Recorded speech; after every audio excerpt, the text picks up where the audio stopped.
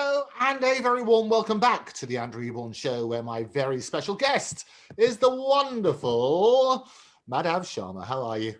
Well, hello.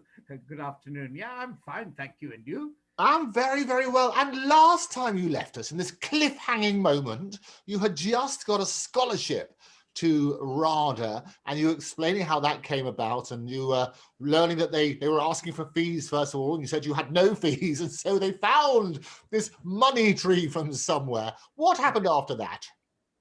Well, what happened after that? In what order can I put it? And then later after that, I got a job, and I went off to play. I think it was Oberon in Midsummer Night's Dream for a children's theatre company that was touring the country, and that's how I started. Because you had sort of 50 long years, but your time at RADA, talk to me about that. How did you find the experience? It was okay. I mean, I didn't do the full course because I got a job in the middle and I couldn't keep, I had been working as, I think I told you, as a waiter at the cocaine restaurant things. So I left the course because I got this job, and I was told by Fern that that's probably the best thing to do is to take the job. Right. And that's what I did. But my time at RADA was very pleasant. I met lots of very nice people, very good people. Who was there with you at the time? Do you remember? Oh, I can't remember now. It's all so long ago. I think it was about, I was in the 20s, early 20s must have been. Right. No, all interesting. So you had this job, and then you started, obviously, in the profession. What was your first one? Oberon, you say? Yes. I remember that because Nell Carter, who used to teach Shakespeare at RADA, said to me, your first professional engagement will always be Oberon. I don't know why she said it, but she said it to me. I remember that. Did you contact her to tell her that she should be putting money on the lottery or something? No, I didn't. No, I was just too busy trying to survive and get on with my life, So I just got on, and I think I had to go somewhere like Wolverhampton or somewhere to start. There's nothing wrong with Wolverhampton. It's a fine. There's nothing wrong with it at all. But I'm saying I wasn't in London. I didn't have a address in London. I didn't have a phone. I had nothing, I was just surviving day to day. So I got this job for this man called Robert Cooper. I think he was running a company called Southern Theatre Company. Right. He was an actor who'd become a director and then a producer. I think that was my first one. It's all so long ago that I find it very, very hard to kind of pinpoint things the way you'd like me to pinpoint. Oh, no, I'm perfectly happy to go whatever way you'd like to take this glorious journey, because I'm sure each of it is punctuated with an appropriate story anyway. But Oberon was certainly your first role, which happened. So about the profession, the way to generate work is to work, because people come to see you and they offer you new roles and things like that. What happened after you played Oberon? I really can't remember, but all I can tell you is throughout my career, jobs just come one way or another. And I think I told you when I made the decision not to ever again call myself an actor by doing other things. And after that, it just started coming in. And I just did, but I had jobs of varying, I'd play one-line parts, two-line parts if the electricity got to be paid or something's got to be paid. And the next day I'd be doing a lead somewhere. So it was one of those things where I just took whatever job was coming. And I think we always talk on this show about the secret to success and people in the profession. And as you say, an early girlfriend said to you when you were working at a bookshop about your last role, and she said, you're not an actor, you're a bookseller or something. So right. You realize that actually, in order to carry on the profession, even though it's perfectly okay to have other jobs, you felt that you had to do it full time. Well, for me, it was a kind of a challenge to myself, if you like. And it was also a kind of an exercise in a kind of asceticism, because I lived a very simple life. I used to eat one meal a day, very little. I'd walk everywhere. I was kind of, I don't know why, I just had faith that that was what I had to do. And that was what I did. And jobs kept coming one way or another. My first big job after that was a television soap opera called The Newcomers. And Ronald Travers, who was then the producer of that, he was married at the time to one of the Dimblebys, Jocelyn Dimbleby, I think he was. But anyway, Ron came up to Lincoln, where I was in rep, working for Nicholas Barter, who was the director there. And I was doing various plays there. I think I did Twelfth Night and something else, A Ghost Train and something else, in rep. And then I was doing The Hollow Crown there with Roland Davis. I remember Gordon Faith, who was doing all the singing. And Ron Travers came to see it with a man called Bill Sellers, who was the director. And they just said hello and nice, because he'd been given my name by someone I'd known at RADA called Jeremy Mason, whose father, Edward J. Mason, was the writer of The Archers. It's all very complicated. When I think about it, my mind is full of so many different facts. It's very, very difficult to kind of, tabulate them like an accountant would, I mean, I can just tell you what happened at different times. And anyway, so then they offered me, they said, would I like to come and do a few episodes, 6 episodes of the Newcomers? And one had to be done live each week on the Tuesday.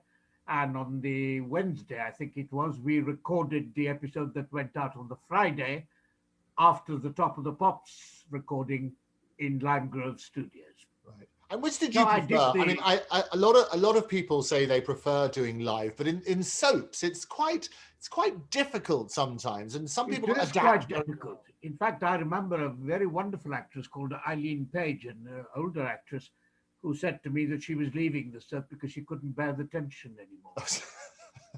She said, I remember one time in the Newcomers, I think it was Anne Jones was playing at Wimbledon or something. There was a tennis match going on.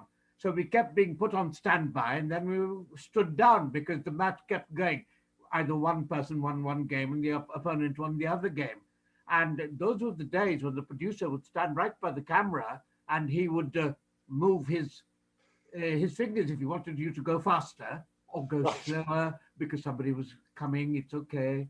So there was a kind of a wonderful flying by the seat of your pants, really. But there were some wonderful directors, many of whom later, of course, I got to know, many production managers who later became directors, like Pennant Roberts, who I could remember with great affection, Jerry Mill, all sorts of people.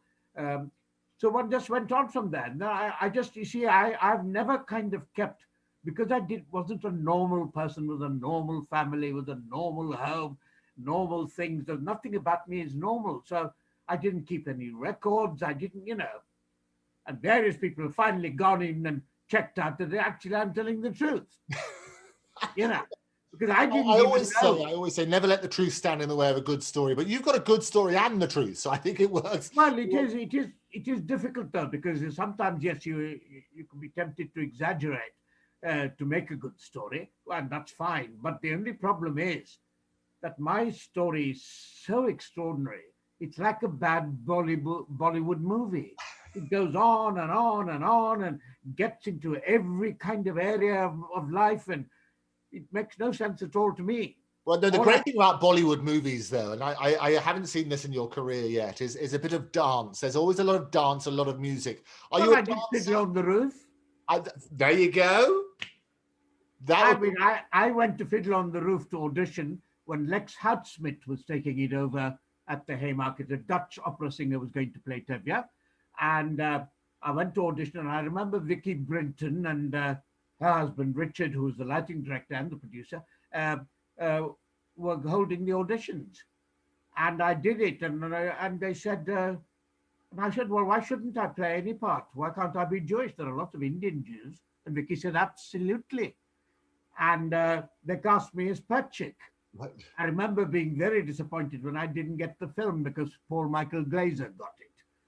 But I, understandably, he was a name already and so on, and so I was probably better at it. But anyway, that was the first, that wasn't even my first musical. I think my first musical was the one I did for the moral rearmament people at the Westminster Theatre with Muriel Smith. Do you remember Muriel Smith? Of course, absolutely. Who used to be in South Pacific and so on. Well, the first musical I did was with her and with Donald Scott, who'd been playing in Sound of Music, I think, at the Palace. He played the captain at one point. And I joined them to do a thing called, character called VV, I think he was. He was a diplomat. And I had to sing in that. That was the first time I had to sing on stage. Right. So, and it was called, what was it called? Do you know, I really can't remember what it was called. Because Dame Flora Robson came to see it, and because she was doing the play just before ours opened. And I went to see her because in those days I used to write to all these people, everybody I could think of, and often go and see them. I used to write to Olivier so many times. You know, I even stood on the train while he was having breakfast and all that kind of stuff. I just did whatever I needed to do to survive, and people have been exceptionally kind. Yes, and you touched on the kindness beforehand. So, well, tell me, you're saying you stood on the train whilst Olivia had his breakfast. What did they say to you? That was on one of the occasions when he, you know, I'd been waiting all night outside his house, knowing that he was getting a train early in the morning because I read somewhere, because I think he was directing Uncle Vanya at the time, I think, or something like that. I think he was making a film of it with Tony Hopkins, whom I had kind of known briefly at RADA, you know, in the pub mainly. I never acted with him, but I knew him in the pub. And so I stood outside his house, and I remember years later, I mean, Joan Plowright wrote to me several times saying, look, we'll do our best for you. But Olivier never replied or anything. And then he was always, so this time, I mean, he was there having breakfast, and I just stood at the doorway, and he said absolutely nothing, but he did notice me, I thought. And then I got off the train at Victoria and came out, and he was just going round the corner up some stairs, and he was living in a block somewhere there, I think, and there was a black cab outside, which I think was the one he used to have. So it was all, you know, I mean, there's a jumble of happy memories. And later, I remember, I don't know whether he had anything to do with it or not, but Alec Guinness wrote a letter to his agent for me to see his agent. And I went to see, and Larry Dalzell was the new young starting agent there, and Dennis Van Thal was the main agent, I remember. And I sat there and nothing happened. And Larry Dalzell came to see me, and he said, well, we get lots of these cards, I'm afraid. And that was that. They didn't do anything about it because I was going off then to Lincoln to work for Nick Barter. So it was all kind of, I'm sorry, I can't tell you the precise order unless I go through every bloody thing and write it all down, which is so boring. I mean, I've got life to lead. Great thing, and that's what we love about these sort of tales, is because it is a mishmash, and to survive in any business, this is what a lot of people say, the way to generate work is to go out and work. And as an actor, you have got a list. I mean, look at your website, and even now you say it's not fully updated, and more roles you remember, and you plug in the holes. The fact is, you've done everything, haven't you? You've been on radio, you've done your musicals. Have you done a Bollywood movie? No, I've never done a that's what I thought, and that's what I couldn't say. I knew you did the musicals, but the Bollywood for a long time, I didn't want anybody to employ me because of my family. Right. So I never contacted any of them for years and years and years. I never mentioned their name till quite recently. Yes. And it wasn't true. We touched on that in earlier episodes when you and I chatted about these things. And you have an extraordinary family. And part of the reason that you started in the profession was you wanted to do something different. You wanted to find your way. You felt a bit lost with all these distinguished people. Did you ever, having got your movies and having had your success as an actor, did you ever go back to the family and say, I've arrived? No. Never done that. I did go back to India a couple of times to see one cousin of mine, you'd say cousin, my cousin brother Chinu, who came to see me when I was here. He came to Heathrow one day, and I remember going to see him and spent all night just talking about the past, which I was kind of very, like somebody who's focused on something. It's very hard to explain this. When you meet an autistic child, you might understand that. They just concentrate on the one thing, and they don't sometimes think about the other thing, or certain kind of Asperger's syndrome. That's the best way I can rationalize it, what I used to do. So I remember when I saw Chino, I spent a whole night talking about every member of the family, a third cousin, a fourth cousin, you know, who are all in my heart. And then I left that hotel in Heathrow in the morning, went back to London, and got back to getting work and carrying on. That's what I did. Right. And then Chino came to see me years later when I was married.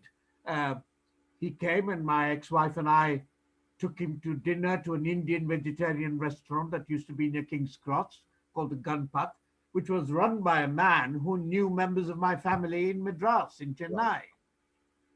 So it's a kind of, and he used to occasionally, if I was really broke, feed me. Oh, well, and there's one, and there's still some great Indian restaurants in near Gower Street in that sort of area as well. Oh, yeah. But this man ran, for many years, he ran the India Club, which is in the Strand at the top. Oh, yes, I've been upstairs, and it was one of the places that's open even late at night, obviously not in the current climate, and they do some fantastic food, very basic setup, but the food it's very basic food.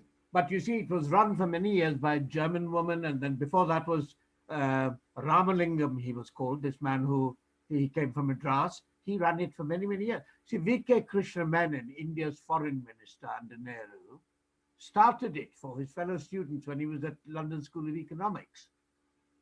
And that restaurant for years, it's only recently it's been bought up by somebody or the other, and now they're building flats everywhere. We've been fighting to try and save it. I signed several petitions to try and stop it being destroyed completely. The people running it now are nothing like the people who originally had it. And downstairs was a meeting room. My agent, Ken McCready, my agent for over 50 years, and I always used to meet there because he had memories of India from being a child. And we used to meet there. And we used to always have a little vegetarian food upstairs. Right. And at that stage, I mean, what was the reaction when you first came and getting engagement, as you say, a lot of roles, casting an Indian in those roles? Did you find that difficult? Did you find it difficult to persuade casting agents? No, I made a decision that I wouldn't go up for anything Indian. Right. I would just go up for work, whatever it was. Right. And whatever people now say all about authenticity and it's all separatism, what I love about my career is that when I was in rep, for example, I would do weekly rep, for example, in Southport and Salford for Alderman Goldberg, for Vincent Worth was the director. I'd play all sorts of roles from, normal roles. In Alfie, I was the abortionist. I played Mr. Moon and Mrs. whatever it was, the Captain Carvalho. I played the part that Peter Wingard had played in the West End. I did a review called England, Our England, in which I had to sing a bit. So it was all kind of that Roy Kinnear had done, because I remember that because he came to see it. Right. So it's kind of all, I mean, I've just been very fortunate, and I actually think England was a much better place. While the racism might have been there in systemic sense, I never experienced it. All I experienced was kindness and people willing to help me out. So you've had no experience of racism at all? No, none at all. I was always surprised when I heard things. I remember once doing a radio play for a lady who then, a lady producer from the BBC, who then went on to do Holby City. Oh God, I'm sorry, my memory is going. Pam Solomon, I think it'll come to me. Yeah. But anyway, she said to me, I think it may have something to do with the fact that she was living in a ghettoized area, in a very working class area, you see, with her parents, and they experienced it, she said. Whereas the working class people I met were always very nice to me, because I had no airs and graces about me. Right. I mean, I made friends with the guy who'd let me in at the door in Bush House, for example. He became a mate. The chap who used to let us into the BBC club would let me into the BBC club, because he was there for years and years and years, Frank. And he'd just say, hello, Madhav. And I'd say, hello, Frank, how are you? I'd wait and talk to him and talk about his wife and so on. And he'd say, go on in. I never became a member, but he just let me in. For years, I didn't have to pay the membership. I'll tell you what, there are so many people who got into that BBC club who weren't members. I know, but now, of course, I'm a member. With all the non-members, please leave, and the whole place will be empty. I've been a member now for ages, and I haven't gone in there very much. They see, that's all. I think that's what happens, isn't it? Now, you mentioned earlier about your wife, about meeting Jenny Seagrove. Tell me about how you first met. Oh, Jenny is an actress. We met. She's rather well known, I think, now. Very well known. And she's very good at what she does, actually. I was one of the few people who saw that right at the beginning, her potential. And so I knew her before she got famous. We met because I think it was at an equity meeting, some meeting to do with equity. And I had set up a kind of campaign group within Equity called Centre Forward to fight the right wing, who called themselves Act for Equity, and the left wing, who were all the Socialist Workers' Party and the Workers' Revolutionary Party and, Corin Redgrave and Vanessa Redgrave and all that lot. I had friends in all these groups, and nobody believed me when I said I didn't belong to any of them, really. But Centre Forward is the only group I've ever really belonged, because I was one of its founders. There were 6 of us who got together and said, we need to find a middle path through all this. I mean, years later, of course, I discovered that a lot of them had been infiltrated by people from the right or from the left, etc. So I resigned from all that and realized politics was a dirty game. But that was much, much later. At the time, we had a meeting at the YMCA, I think it was, in Great Russell Street. There's the YMCA on the left, and you go further, and there used to be an Indian restaurant there as well, whose owner I knew very well. And there was this room, anyway. And Peter Hull, myself, Vivian Heilbronn, Jeremy Kemp, Kenneth Haig, I can't remember, there were 7 of us, we got together and done this. And we had a meeting to discuss something or the other about equity. And Jenny asked a question. I can't remember what the question was now. And I answered it. And there was this lovely, beautiful girl, I thought, looking like an English rose. All my fantasies of England had come alive in one human being. She was just very sweet and very, very nice. And we were friends for a long time. And then she much later told me, and I don't know whether this is true or whether she made this up for the press or something, because, we had to make these things up for the press when she was in Woman of Substance. Because they just ask you all sorts of stupid questions and they make things up. I'm sorry, I know you also work as a journalist. No, that's okay. But you're right.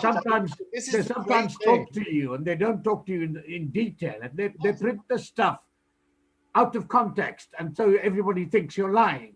But anyway, Jenny and I met there. Then we were friends for a while, and then she said she had her eye on me anyway, and then we met up and we fell in love, and we lived together for many, many years without getting married. I think getting married was a big mistake, frankly. Was it? Well, you made 2 things there. You mentioned about the press printed things that were inaccurate, and lots of people say that about they always do. Work backwards from the story, and a lot of people in the profession, they always say, especially in today's day and age, is that there is always the rush to be first with the news, not to be accurate, but to be first. And I always say, don't let the truth stand in the way of a good story, as we say beforehand. So often people will turn around and it will be a misinterpretation of a certain situation. It'll be something taken out of context. It's not even that. They didn't care about anything. They just wrote whatever their editors wanted them to write. What sort of things did they write? Well, they made up. I've never spoken to the press personally, given an interview except once in my life. Twice on Octopus TV, so it's 3 times. Oh, now. No, I mean, I've spoken to people on Zoom and things, but I don't see that as press in the same way. If I'd known you were press in the official sense of the word, I may have been rather more guarded in some of the things I'm saying. We don't want guarded. It's the last thing. There's nothing about me to hide, so I just tell the truth. Yeah. But because I put it in a certain order, people don't always believe it. I mean, I don't know what the order is, but that's my order. I remember even my family didn't believe me for years in anything I said, because they'd seen something in the press and they believed those things. Most of us believe what we read. When I was going through my divorce, I used to read things in the press and think, is that me? Yes. So it's absolutely, the great thing, Madhav, about this sort of situation is that I always give people the opportunity to say, look, there are lots of things which are said in the press. Yeah. We know that it's not always true. And so often, and it's a number of people, sort of Denzel Washington, it's always said, if you don't read the press, if you don't read the papers, you're uninformed. And if you do read them, you're misinformed. And I think that is a perfect way of saying it. So what sort of stories were they saying? Well, they would make up things about my marriage. They would make up things about particularly when it was going wrong, when the divorce, because you see, I fought the divorce. I went to the High Court and represented myself and fought this army of QCs and so on, paid for by a producer of a film that Jenny was then doing, you know. And it was it was very odd because she wouldn't talk to me. And I think I now know why she wouldn't talk to me. Because I had said to her years ago that the kindest way to end things is to actually have a sharp break and to stop everything. It hurts like hell, but at least it's honest. And she's a very honest girl. I don't think she has ever deliberately lied to me. I have not a single, you will never find a word said by me against her ever, because I'm still very fond of her. She's a very nice girl. So I don't know why the press would make up all these stories about this, that, and the other. And it is a shame, and we've had it. It's very topical now, when people wash their dirty laundry in public, and the public are so hungry for the salacious and the gossip and all that sort of stuff that they do. I think it's a big mistake, because I actually don't. I prefer the old-fashioned kind of actor who's quite mysterious, because then it allows the audience to watch you as the character you're playing, rather than, oh, I've come to see Jenny. I mean, she just did a film recently set in the war. I don't know if you saw it. She was just absolutely brilliant. And I noticed on Facebook that some of the people who used to dismiss her because she was very good looking and kind of as wooden and this, that, and the other. You watch her first big television, Woman of Substance, during which we got married. Yeah, you know, and she was just superb. But people say whatever suits them. They do it to get on with other people, or some actors. I mean, I'll even name them if you like. I mean, some of them are really awful. They don't mean it badly, but because they're concerned about themselves, so egocentric. Nigel Havers is one. He said so many things that are just not true. On the set, he would go and say, he'd say one thing to me, one thing to Jenny, he'd go and say something else to the director. Do you know what I mean? A lot of people do that. And that's why so many actors are so closed and discreet and don't talk about what really happens. Also, we have this awful tradition whereby you can't tell the truth. The BBC won't let you tell the truth about anything, because if you do, you'll never work for them again. You know, like how much money you make, you're not supposed to tell anybody. So the profession is full of injustices of all kinds. I remember Jeremy Kemp telling me that after he'd been up for the Oscar for the Blue Max, he came back to do, and was asked to do a radio, and he said, oh, I must do that, because he'd won the radio prize when he was at drama school. And he went up and they offered him the beginner's fee. And he said to the bookings department, I've just been nominated for an Oscar. Do you really want me to come and do this for the start equity minimum? And they said, yes, because you haven't done any radio before, have you? Said, you gave me the prize. The BBC gave him the prize. The Hobbs, whatever it is called. You know, I mean, it's so bureaucratic, all these places, and you can't ever tell the truth. There's also this business, this tradition whereby what happens in the theatre stays in the theatre, what happens on tour stays on tour. What that does is, and we have on the other hand, a union, which is very left-wing, has now been taken over completely by the left-wing, which wants us all to be paid the same because we're all socialists, except that the general secretary of my union was at one stage getting paid more than the prime minister of the country. And just now, at the moment, Equity are trying to put up the subscriptions at a time of difficulty for all actors. They keep saying, oh, it's so difficult, and begging money of the government all the time. But why are they putting the subs up? For their pension schemes, you know?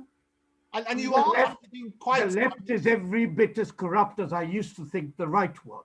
Wow. I mean, they're probably corrupt everywhere. I mean, there is a kind of corruption in England which is not as open and obvious as the corruption in India. In India, you expect everybody to be corrupt. If you want a seat on a train, you pay the chap in the booking office an extra few rupees, but then you know he's living on nothing. But the higher up you go in the scale, the less corruption you find in India. Or at least that used to be my experience. Whereas in England, it's the other way. All the little jobs words say they're not corrupt. And they make a big thing of it. And the ones who make a big thing of it are usually the ones who are a bit corrupt. But the higher up you go, the corruption happens in ways that are difficult to describe as corruption, because you give someone a job because he's got the right tie on, or your mate you went to school with has recommended him, and that's understandable because people like to work with like-minded people, etc. But I don't think what you are as a person or what you think as a person should affect your work, you see. And I think the left have done a great disservice to my profession. I mean, the left really owns our profession. The cultural Marxism has completely triumphed in theatre, except in commercial theatre. And what you find is a lot of it is very interesting and good work, well worth doing.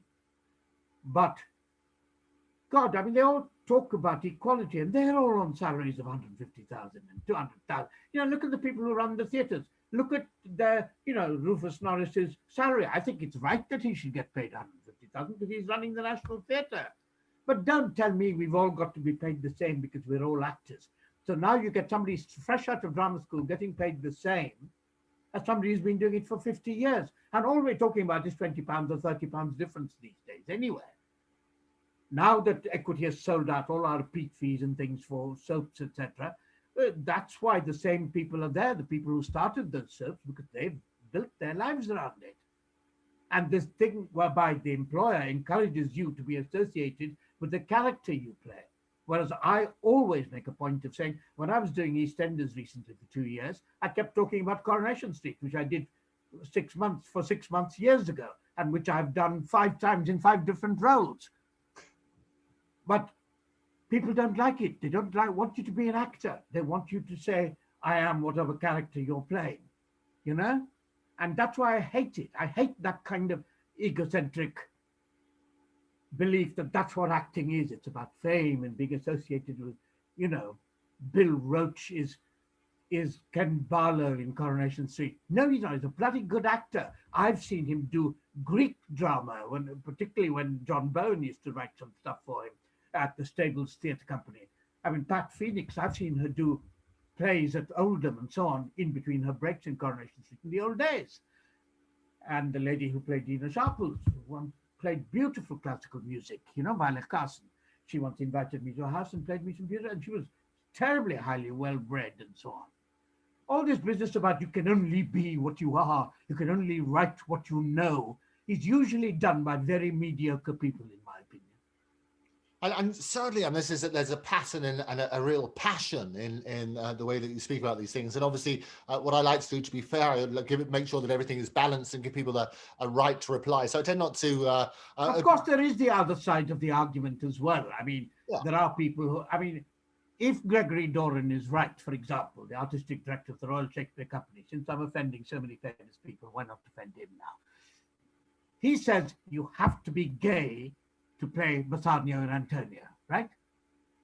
I've actually got his quote in my computer, framed, as it were, saying, unless you're gay, you can't play those roles. In that case, should McKellen, who's gay, be allowed to play Lear?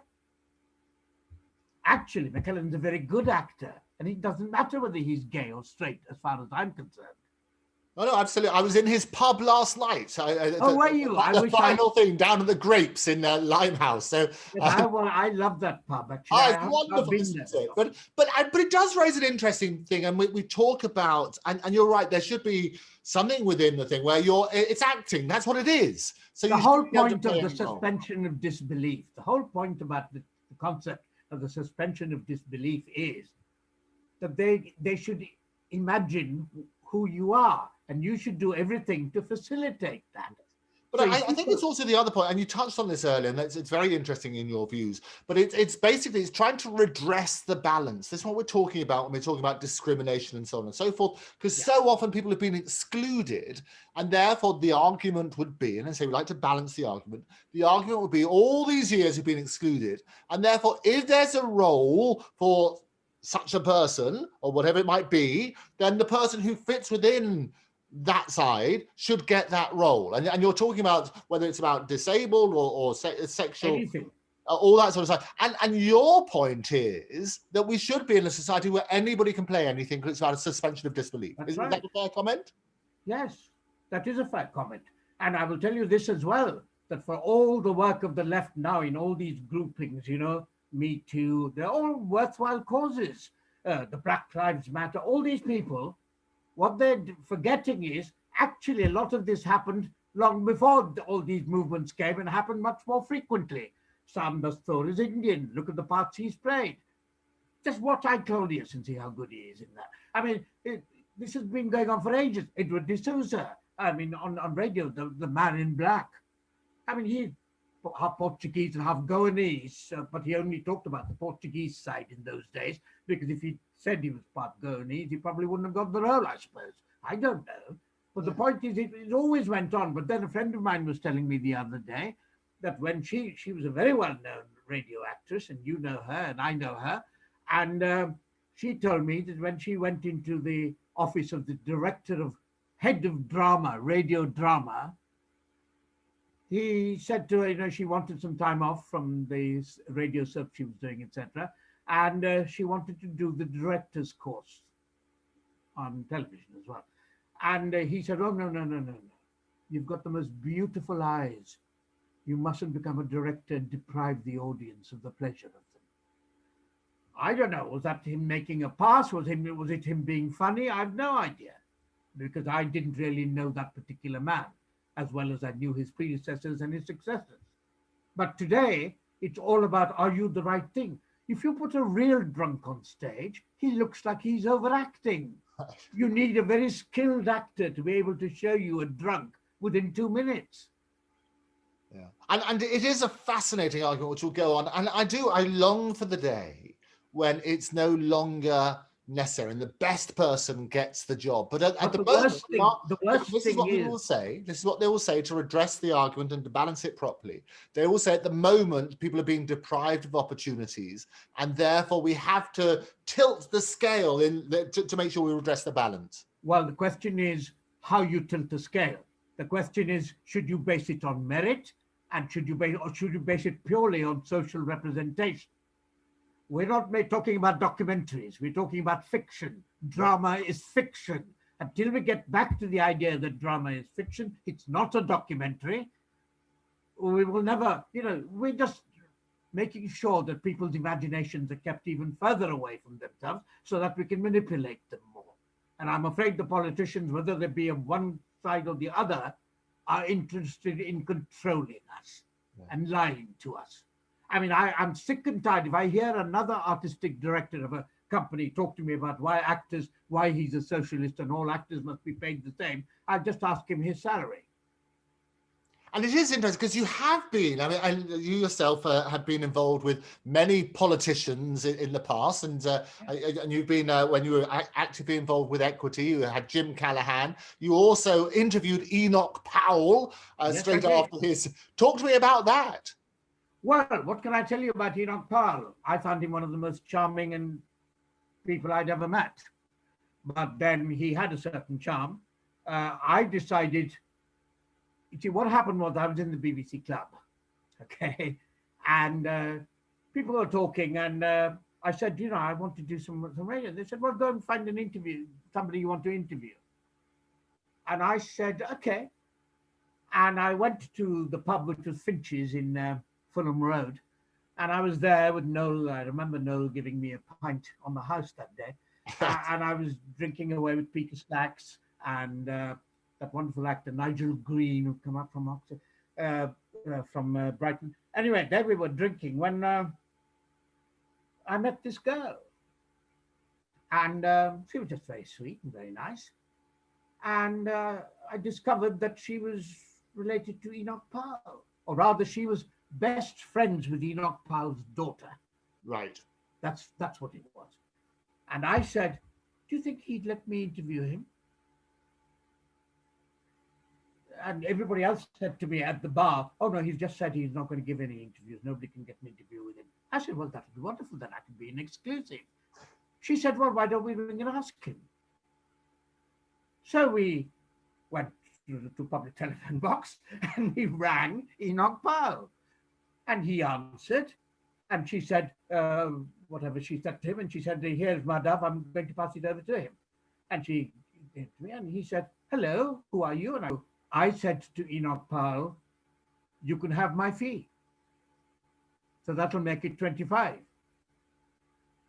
And the BBC's never quite forgiven me for that, the bookings department, but that's what I did. So I gave him the money. And Enoch Powell later said to me, you've got to learn something. People like the BBC, the liberal lefties, as he called them, only respect you when you are like them. You're far too nice for your profession. What you should do is be firm. In business, you've got to be firm. You've got to say, no, I won't do it. And if they want you, they have to pay for you. And why shouldn't they?